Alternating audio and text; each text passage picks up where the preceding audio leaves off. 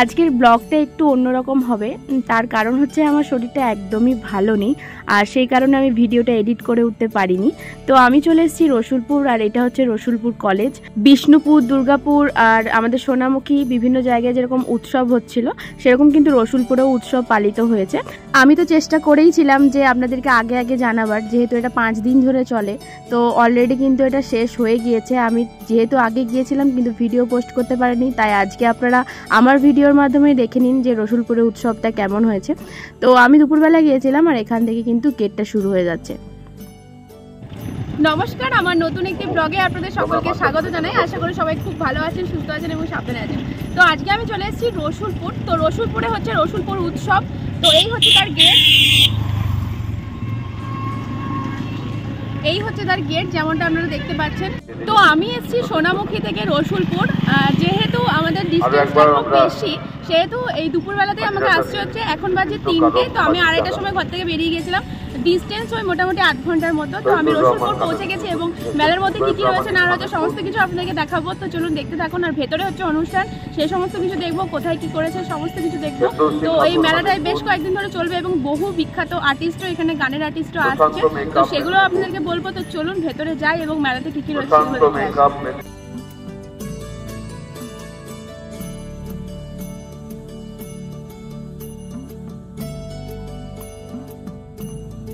চলুন এবার তাহলে মেলার ভিতরে যাই এবং মেলার মধ্যে কি কি বসেছে, নতুনত্ব কিছু বসেছে কিনা সেটাও দেখব।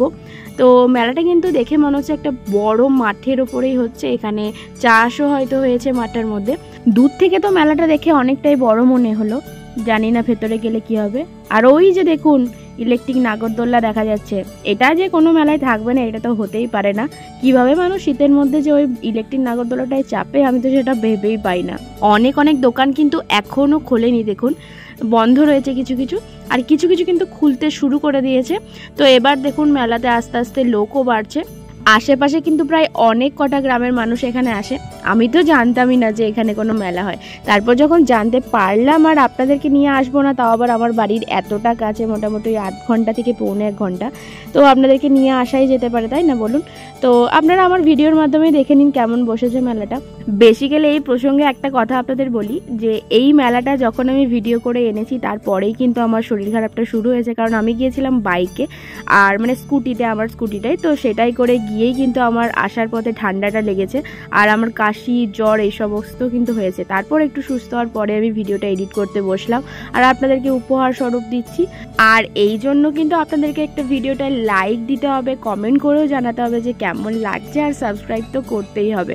তো চলুন এবার স্টেজের দিকে যাচ্ছি। আর স্টেজের দিকে যেতে যেতেই দেখুন বিভিন্ন আমাদের যে ব্যক্তিরা ছিলেন, মহাপুরুষেরা, তাদের ছবি দিয়ে কিন্তু পুরোটা পোস্টার বানিয়ে গেছে স্টেজ অবধি একদম। আর এরকম বিভিন্ন রঙের পতাকাও রয়েছে। আর ওই যে দূরে দেখা যাচ্ছে, এটা কিন্তু সেই স্টেজ। একটা জিনিস দেখুন, পুরো স্টেজের চত্বরটা কিন্তু একদম তিরপল দিয়ে ঢাকা রয়েছে।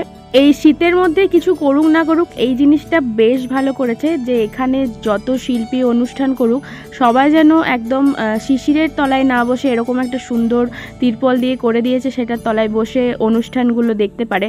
তো এটা আমার পার্সোনালি খুব ভালো লেগেছে। দেখুন পুরো স্টেজের চত্বরটা কিন্তু অনেকটাই বড়, আর পুরোটাই এইভাবে কিন্তু দেওয়া রয়েছে তিরপল।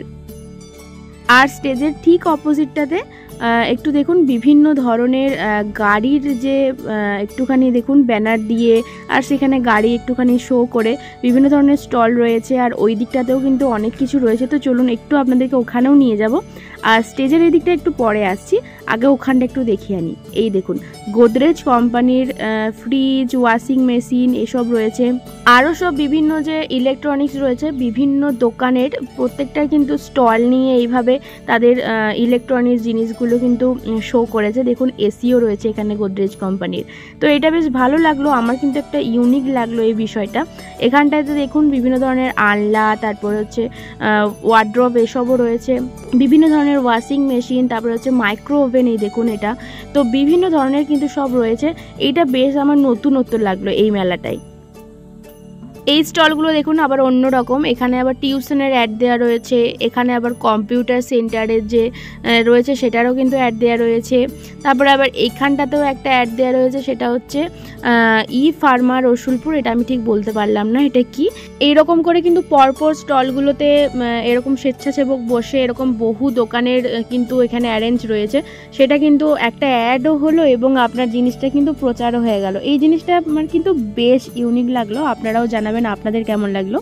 আর এই দেখুন স্টেজটা, তো চলুন আমরা একবার স্টেজের কাছে যাব। পুরো স্টেজের এরিয়াটাও কিন্তু অনেক বড়, চলুন যাই।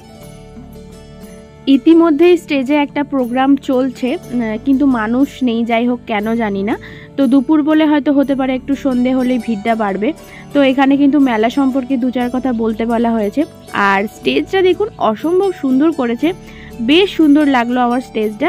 আর স্টেজের পাশেই কিন্তু এরকম একটা পুকুর না ডোবা আমি কি বলবো জানি না, কিন্তু বাইরে থেকে এটা অসম্ভব সুন্দর দেখাচ্ছে মেলাটা। তো আমি সেই জন্য একবার ক্যাপচার করলাম ক্যামেরায়। এই মেলায় কিন্তু এই কদিন ধরে প্রচুর বড় বড় শিল্পীও এসেছিলেন, সেটা হচ্ছে কলকাতার আরিয়সী সিনথিয়া, আর তাছাড়া টিভি সিরিয়ালের যে সিরিয়ালটা হয় সেটা হচ্ছে অনুরাগের ছোঁয়া, সেখান থেকে মিসকা এসেছিলেন।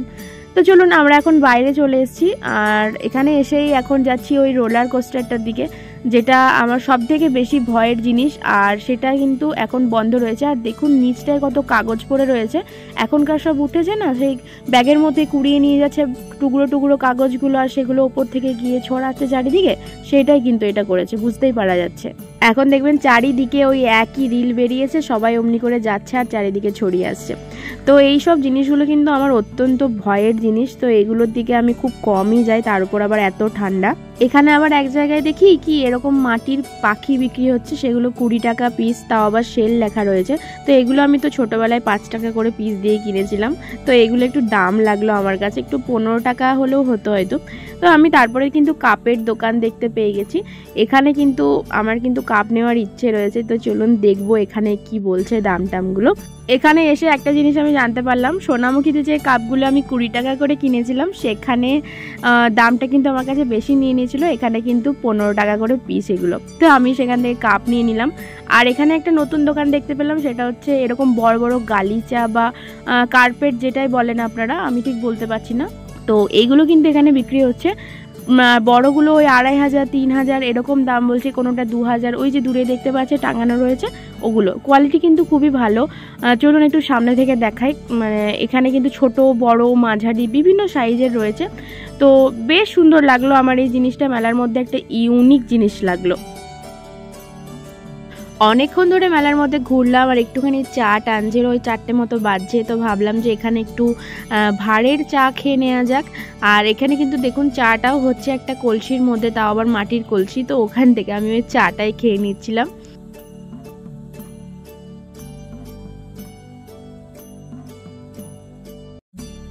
আর তারপর তো মেলার মধ্যে যেসব কমন দোকান থাকে সেসব দোকানই রয়েছে, ব্যাগের দোকান, জামা কাপড়ের দোকান, জুতোর দোকান। তো পুরো মেলাটা কিন্তু যত মানে বেলা বাড়ছে তত ভিড়ও হচ্ছে। এখানে একটা পেস্ট্রির দোকানও ছিল, তো এই দোকানগুলো কিন্তু আমার তো মনে হয় না খুব একটা ভালো প্রোডাক্ট থাকে বলে, তাও ঠিক আছে, অসুবিধা নেই, মেলাতে চলতেই থাকে। তো এবার আমরা বাড়ি যাব, আর আজকের ভিডিওটা এখানেই শেষ করব। আশা করছি ভালো লাগবে। লাইট ফাইট কিছু দেখাতে পারলাম না, কারণ সন্ধ্যেবেলা তো থাকা সম্ভব নয়। তো সবাই ভালো থাকবেন, সুস্থ থাকবেন, সাবধান থাকবেন, আর আমার চ্যানেলটাকে পারলে সাবস্ক্রাইব করে দেবেন। দেখা হবে নতুন একটা এক্সাইটিং ব্লগে। Stay tuned, tata.